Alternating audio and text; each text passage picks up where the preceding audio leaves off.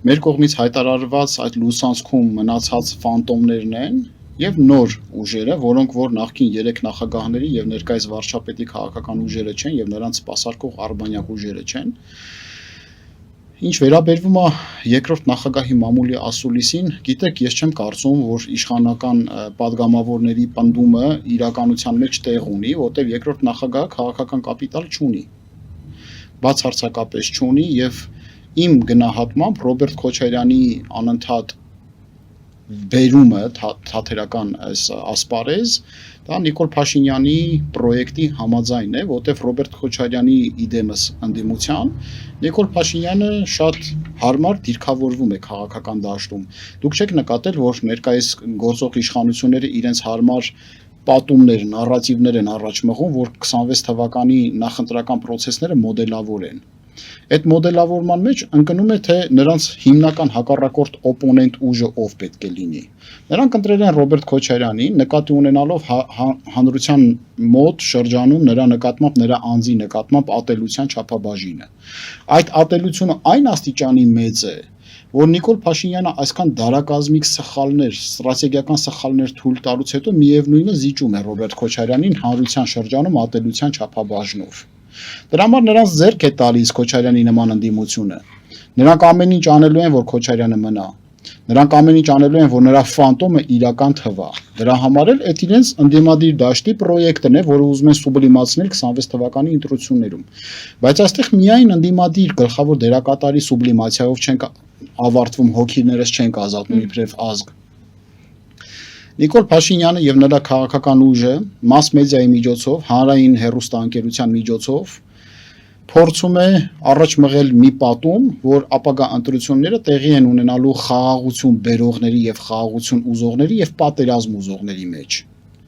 Այսինքն եւ գաղափարախոսական առումով եւ ընդդիմության առումով նրանք իրենց հարմար նարատիվները, պատումներն են փորձում առաջ մղել, որ 26 թվականի շահեկան դիրքերում հայտնվեն, որովհետև այլ առողջ հանգամանքներում, երբ որ մենք նկատի ենք ունենում, որ նախքին 3 նախագահները բացարձակապես որևէ շանս չունեն ներքաղաքական իրավիճակում ռեաբիլիտացվելու, նրանք վարված օբլիգացիա են որպես այդպիսին, քաղաքական առումով անշնչացած մի մարմին, ապա Նիկոլ Փաշինյանը նախանձելի իրավիճակում չէ, որովհետև բոլոր սոցիոլոգիական հարցումներում հանրության, քաղաքացիական հանրության, ընտրական իրավունք ունեցող անձանց 60-ից 70%-ը նոր այլընտրանքներ է փնտրում։ Դա է պատճառը, որ նրանք երբևիցե չեն հանդգնի եւ չեն ցանկանա ընդունել, որ դաշտում գոյություն ունեն ուժեղ այլընտրանքներ, նոր ուժեր։ Ինչու՞, որտեղ առաջին նոր ուժերը անցած հետագից չունեն, հետեւաբար արատավոր անցյալ չունեն, չեն թալանել, չեն սպանել, չեն խեղաթուրել, բանակցային գործընթացներ չեն տապալել, պատերազմ չեն սանձազերծել, արատավոր գործընթացներում չեն եղել եւ այլն, ցավոք սրտի, երբ որ ասում են փորձառու նկատի ունենում դա։ Իդեպ, պարոն Սիմոնյան, հանրայինի հետ կապված ես իշխանական պատգամավորին առիթ ունեցա հարցնելու, որ ճիշտ է, երբ որ հանրային հեռուստաընկերություն չեն հրավիրվում այլընտրանքային ուժերը, նա ասաց, որ հրավերներ լինում են, կարող են լրագրողները մոնիթորինգ անել, ձեզ հրավիրում են ՀՄԵԿ հիմա։ 2 անգամ 2 տարվա ընթացքում հրավիրել են բանավեճի, ես ինքս մերժել եմ, որտեղ այդ բանավեճի ֆորմատը չեք տեսնում, ինչ սանձարձակ է։ Դե բանավեճը Չէ, դա բանավեճը ունի կանոններ, բանավիճելու կանոններ կա, ես երբևիցե շուկայական մակարդակի բազարների մեջ աշխատում եմ չմտնել, որտեղ աղաղակի մեջ ճշմարտությունը կորսվում է։ Եթե պետք է մարդը գնա իր տեսակետը արտահայտի եւ ինչ որ կիսագրագետներ իրան ծաղր ու ծանակի ենթարկեն, ինչի է նման դա։ Թող հարցազրույցի կանչեն գնամ։ Լրագրողը հարցեր տա, ես հարցերին պատասխանեմ, գնամ։ Իսկ բանավեճերի կընտրեմ, երբ գնամ, նախընտրական process-ների ժամանակ կուսակցությունների ղեկավարների հետ գուցե կմտածենք, մեր քաղաքախորհուրդը կորոշի։ Հիմա այդ 2 հրավերն ա եղել, որ պետք է կանչեին այդ խայտարակությանը, մերժել եմ։ Ոնց որ Գարեգին Միսկարյանին վերջերս կանչեցին, մարդը գնացել է իր տեսակետն ասում, աչի ձախից հարցակվել են, ծաղրում են։ Ինչ իրավունք ունես ծաղրես մարդու տեսակետը, դու ով ես։ Ասում է ապագա ընտրությունները սահմանադրական կոնցեպտի շուրջ է գնալու ծաղրու ծանակի են ենթարկում, ինչու, որտեղ իշխանական նարատիվը փշրում է դրանով, իշխանական նարատիվը հաջորդ ընտրությունները խաղաղության եւ պատերազմի հայեցակարգի շուրջ պետքա լինի։ բայց այնքան դատարկ են, որ չեն հասկանում, որ Հայաստանի Հանրապետությունում չկա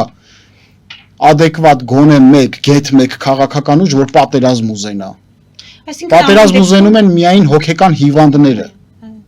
Դե բնակ։ Հիմա եթե ես ասում եմ, որ քո ճանապարհը տանում է աղետի, դա չի նշանակում, որ ես պատերազմ եմ ուզում։ Դա նշանակում է, որ ես մտածում եմ, որ քո ճանապարհն է տանում պատերազմի։ Ծաղրում են արժանապատիվ խաղաղություն մոտեցումը։ Որն է արժանապատիվ խաղաղություն։ 30 սանտիմետր խորանար կառափի մեջի եղած պարունակությունով իրա ծաղրում է արժանապատիվ խաղաղություն։ Արժանապատիվ խաղաղությունը այն է, երբ որ քո բանակը զինված ուժերը այն աստիճանի է, որ հարկ եղած դեպքում կարող է պարտադրել խաղաղությունը, ոչ միայն մուրալ։ Իսկ Նիկոլ Փաշինյանը մուրում է խաղաղություն։ Մուրալով չի լինելու խաղաղություն։ Իսկ ինչ է կարծում, գոնե ժամանակավոր մինչև ընտրություններ այդ խաղաղ շրջանը կնվիրվի Նիկոլ Փաշինյանին, եթե ասում եք մուրում է։ Նայած ինչ իրավիճակ կլինի, եթե ներքաղաքական դաշտում այլընտրանքները այնքան թափ հավաքեն, գուցե նրանց պատրոնները փորձեն իրավիճակ ստեղծեն սահմանի վրա, որ ժողովրդին ցույց տան, ասեն, տեսեք, հա, չսխալվեք հանգարց։ Ինչ իմանանք։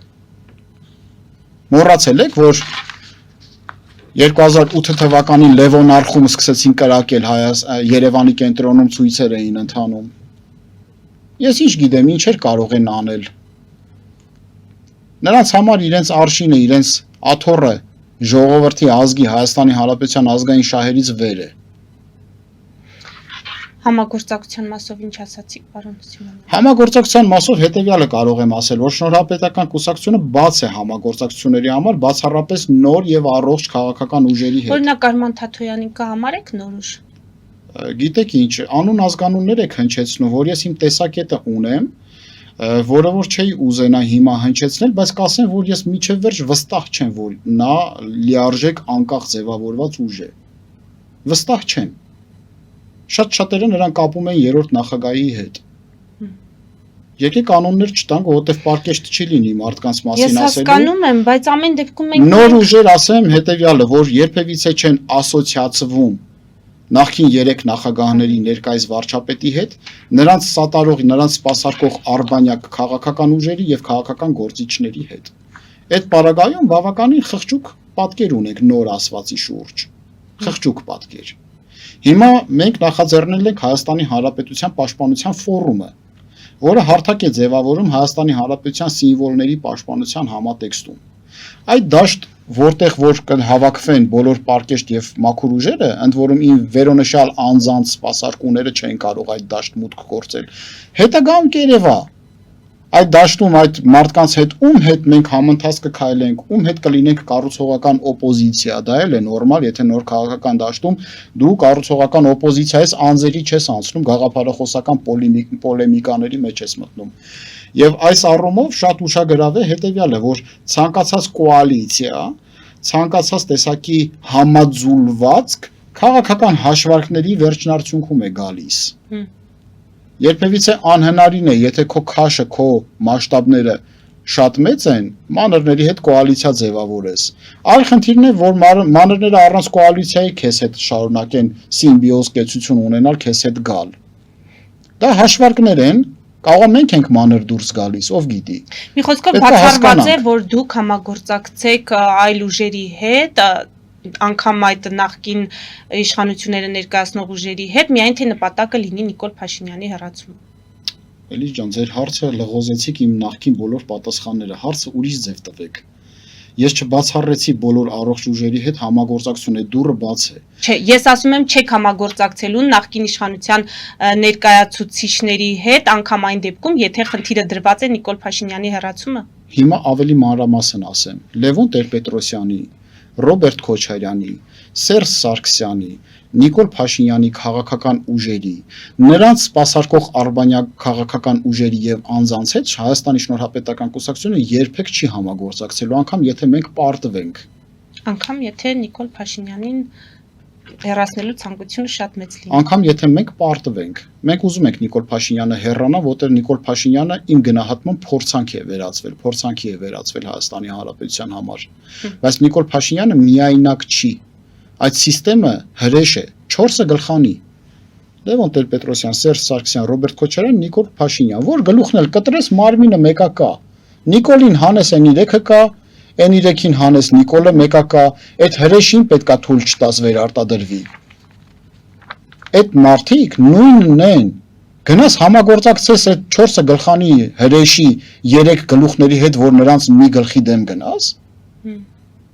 Ավելի պատկերավոր են բացատրում, որ դուք հասկանաք, որ դա ցանկացած երկրորդ, երրորդի հետ համագործակցելուց նկատի ունեցեք, որ դուք համագործակցում եք Նիկոլ Փաշինյանի հետ։ Սերժ Սարգսյանի հետ, Ռոբերտ Քոչարյանի հետ, եթե դուք համագործակցում եք, դուք համագործակցում եք Նիկոլ Փաշինյանի հետ։ Դրանք նույն համակարգն են։ Դրանք նույն համակարգն են։ Շնորհապետական կուսակցությունը այլ քաղաքական համակարգի մասին է։ Այլ մենք գիծ ենք քաշել։ Նրանք մեզ համար ֆանտոմ են։ Եվ քանի դու չկաս, քո նմանները չկան, ֆանտոմները դառնում են իրականություն։ Հիմա եթե մենք լրագրողական հանրույթով, վերլուծական դաշտով, նոր քաղաքական դաշտով, ասեցինք ժողովուրդ, ձեր ընտրանքը սա է, A, B, C, D։ Ընտրեք ես տիրույթից։ Նա չկա, մոռացեք առհասարակ։ Հերիք աբսենտ դնեք, հոգի կանչեք։ Նրանք չկան։ Եթե մենք այդ սկզբունքով առաջնորդվենք, կտեսնեք, նայում ես երկրորդ նախագահ Մարթա Մամուլի ասուլիսը նայում ես։ Բովանդակությունից զուրկ։ Փաստորեն, եթե նա ամբողջ իր կառավարման տարիների գործընթացներում մեղավոր չի, միայն մեղավոր է նրա համար, որ ինքը այդ ամբողջ մեղավորությունը բարդում է Սերժ Սարգսյանի վրա։ Ինչու՞։ Որտեվ Սերժ Սարգսյանը եկել է փոխարինելու իրեն։ Ցանկացած իշխանությունների հետնորդները բնութագրում են իրենց։ Սերժին էլ բնութագրում է Նիկոլը։ Հասկանում եք։ Սա է ամբողջ խնդիրը, ամբողջ ֆարսը։ Աբրահամ Լինկոլնն ասում է կարող եք երկար ժամանակ ժողովրդի մի հատվածին խաբեության մեջ պահել, բայց դուք չեք կարող անընդհատ խաբել ժողովրդին։ Հիմա որքան էլ ինձ էլ որպես լրագրող հաճելի չէ անուններ հնչեցնել կամ անձնավորել, ամեն դեպքում պարոն Սիմոնյան կուզենայի ձեր կարծիքը լսել Արցախի պաշտպանության բանակի նախկին հրամանատար Սամվել Բաբայանի համագործակցության այդ հնարավորությունը ԱԱԾ նախկին պետի հետ։ Դա ցույց տվեց ակունքները, շատ բացասական։ Գնահատում։ Եթե նախկինում կասկածներ կար, որ կարող է պատահի իր շահերը ոտնահարված է եղել եւ այլն նստացրել են բանտից դուրս է եկել, բայց հիմա ցույց տվեց, որ ինքը քաղաքական դաշտում սկզբունքներ չունի։ Սկզբունքներ չունի։ Վանեցյանը վաղուց է, չէ՞, ցույց տվել պրոռուսական մոտեցումները, անգամ մեմ դարձած մոտեցումներով Ղրիմի հետ կապված։ Եթե նրանք այդ ամբողջն այդ քաղաքական ուժերը առհասարակ նախքին քաղաքական համակարգի արբանյակ քաղաքական ուժեր են։ Արբանյակ քաղաքական ուժեր են։ Հետևաբար ժողովուրդը շատ լավ էր տեսնում է ամեն ինչ։ Հասկանում է ձեր կարծիքով կամ կարողանում է տարբերակել, որտեղ իշխանականներն ասում են թող լավ իմանան, որ նրանք գուցե ներկայանան նոր դեմքերով, նոր լոզունգներով, նոր գաղափարներով, բայց իրենք վերջում միանալու են ու Գյումրիի սցենարը կրկնեն, նույն ռուսական ծիրում գտնվող ուժերին բերեն։ Իշխանությունները սպասարկում են այն ընդդիմությանը, որը որ իրենց հարմար է։ Այդ ընդդիմության համատեքստում իրենք երանության մեջ են։ Ինչ փուլում եք դուք լավ, քանի որ ակտիվ փուլում ենք, Հայաստանի Շնորհապետական կուսակցությունը օր-էցօր ավելի զարգանում է, մեր մեդիա տիրույթն է ավելի ընդհարցակվում եւ այդ բոլոր այդ կեղծանունների, ֆեյքերի բանակը, որ զորաշարժել են Գուրգեն Սիմոնյան YouTube-յան ալիքին, ես կանխավ ասեմ, արդյունքի չեն հասնելու։ Մենք ուժեղ ենք։ Բարդություններն է կհաղթահարենք, էլ ավելի կուժեղանանք։ Բարեբախտաբար կան դաշտում պարկեշտ քաղաքական գործիչներ եւ անձիկ, որոնք որ մեզ հետ հաղորդակցվում են։ Մենք նոր հարթակ ունենք, արդեն Հայաստանի Հանրապետության Պաշտպանության ֆորումը, որին զուգահեռ նաև շուտով էլի երկրորդ հանդիպումն է լինելու, իդեպ եթերով ասեն, որ Նոյան Տապանը ի սկզբանե հրավիրված է որպես անկողմնակալ լրատվական միջոց։ Շնորհակալ ենք, մեզ էլ արդեն վաղուց չեն համարում անկողմնակալ։ Չէ, դուք անկողմնակալ եք, ես այդպես եմ ձեզ ընկալում։ Հիմա ինչքանով եք անկողմնակալ, հաջորդ հանդիպանը եթե եկաք կերևա, եթե չէ, ուրեմն նշանակում է դուք եք վախենում ինչ որտեղ։ Այդպես, հիմա Եթե հարթակը Նկատի ունեմ այն առումով, որ երբեք հայտարարելու ձեր տեխնացուի մասին։ Շնորհապետական կուսակցության ընթացակարգը հետևյալն է, որ Հայաստանի շնորհապետական կուսակցությունը պետք է անցկացնի համագումարի ժամանակ կայացնի վճիռ հերթական կամ արտահերթ համապետական ընտրություններին մասնակցելու եւ առաջ քաշի շնորհապետական կուսակցության վարչապետի տեխնացուի անուն ազգանունը։ Դե իհարկե բոլորն էլ ակնկալում են այն ինչ որ պետքա լինի, որտեղ շնորհապետական կուսակցությունը առանց Գուրգեն Սիմոնյանի չէր ձուլվի, չէր ստեղծվի, բայց քանի ֆորմալ առումով այդ գործընթացը տեղի չի ունեցել, մենք չենք շտապում, այսպես ասեմ, չի կարելի շտապել, չի կարելի արագացնել։ Ես երևի միակ քաղաքական գործիչն եմ, չասեմ միակը, այն եզակիներից մեկն եմ, որ իմ անձի վերաբերյալ երբևիցե ոչ մի եթերում ինքս ինձ չեմ անվանել Հայաստանի Հանրապետության վերին պաշտոնյայի կարգավիճակում։ Ժողովուրդն է ասում, ժողովուրդն է պահանջել, ժողովուրդն էլ դա կցույց տա։ Իսկ ես պատասխանատվությունից փախչողներից չեմ։ Համագումարը կլինի, կվճռենք համապետական ընտրություններին մասնակցության հարցը, կհրապարակենք ցուցակը ազգային ժողով մուտք գործելու, դա դեռևս կառավարության ցուցակը չի, կառավարության անձնակազմին մենք չենք հրապարակելու միջև համապետական ընտրությունների օրինական քարոզարշավի մեկնարկը։ Խարդավանքներից եւ մարդկանց նկատմամբ ապակառուցողական գործողություններից զերծ մնալու համար։ Այդ անձիկ պարտադիր չեն լինեն շնորհապետական։ Նրանք պետք է լինեն տեխնոկրատ։ Նրանք պետք է լինեն մասնագետներ կառավարչական ձիրքով օժտված։ Եվ մենք հրապարակելով ցուցակը, հրապարակելով կամքը, հրապարակելով վարչապետի տեխնացուին արդեն 2026 մուտք կգործենք որպես մասնակցելու հավակնություն ունեցող կուսակցություն։ Իմաստ Հայաստանի Հանրապետության օրենսդրության յուրաքանչյուր քաղաքական ուժ 5%-ի շեմը պետք է հաղթահարի։ Յուրաքանչյուր կոալիցիա 7%-ի շեմը պետք է հաղթահարի։ Հայաստանի Հանրապետությունում 60-ից 70% քաղաքականություն կա, որ չեն ցանկանում ոչ մեկի, միայն այլընտրանք են պահանջում։ Միայն այլընտրանք։ Հետևաբար այս պարագայում մեզ մնում է մի բան, ովքեր որ մեզ ճանաչում են, տարածեք մեր մասին տեղեկատվություն, հարգելիներս, եւ կոչ Հայաստանի Հանրապետության քաղաքացիներին անպայման գնացեք ձեր քվեին տեր կանգնեք, անպայման էական չի ում կընտրեք, ընտրության օրը գնացեք ընտրատեղամաս, եկեք աննախադեպ ցուցանիշ ցույց տանք Հայաստանի Հանրապետությունում մասնակցության 99%, կարող ենք ազգովի դա անել։ Եթե ազգովի կկարողանանք դա անել, ուրեմն մենք վերստին կապացուցենք, որ մենք անկախ եւ ինքնիշխան ապրելու իրավունք ունեցող հանրույթ ենք։ Հիմա ձեր թույլտվությամբ մեր հաղորդման երկրորդ հատվածում, պարոն Սիմոնյան, ձեզ դիմեմ որպես քաղաքագետի, այսինքն հարցերը ուղղեմ որպես քաղաքագետի։ Հիմա Թրամփը չստացավ Նոբելյան մրցանակ։ Այս լուրից հետո մեր սոցհարթակներում հատկապես կատակներ էին պտտվում, որ մարդը այս լուրից շատ վատ իրեն կզգա եւ որտեղ որ խոստացել էր կոնֆլիկտները հարթել, ձեռքերը պարզապես կքաշի, այո։ Ու բոլորը կտեսնեն, որ ձեռքերը վրանել չէր, որ կոնֆլիկտ չէր լինում։ Աշխարհաքաղաքական իրավիճակն է սպասեցնել տալիս։ Ինչ կարելի ասել, finita alla commedia։ Հիմա խեղկատակությունը ի վերջո վերջ ունեցավ, որովհետև Նոբելյան մրցանակ չեն տրամադրում ամեն մեկին, ով որ եղած կոնֆլիկտ է հանգուցալուծում, օրինակ Աբերբարանի եւ Ալբանիայի միջև։ Ամեն օր դրա մասին։ Այո, որ մեմ դարձավ, որ Ալբանիայի նախագահն էլ ամոթանք տվեց Նիկոլա Սարկոզիին, ասաց, որ դու չես շնորհավորում ինձ եւ Ալիևին մեր կոնֆլիկտը հանգուցալուծվելու մեջ նայել։ Հումորի են տալիս։ Այսինքն, գիտեք ինչ, Աստվածաշնչյան կանոն է։ Կա ժամանակներ քարերը հավաքելու, կա ժամանակներ քարերը նետելու։ Համաշխարհային քաղաքականության մեջ եւ առհասարակ քաղաքական գործընթացներ կա ժամանակ հապաղելու, կա ժամանակ շտապելու։ Վայ այն իշխանությանը, որ շտապելու ժամանակներում հապաղում է, հապաղելու ժամանակներում շտապում է։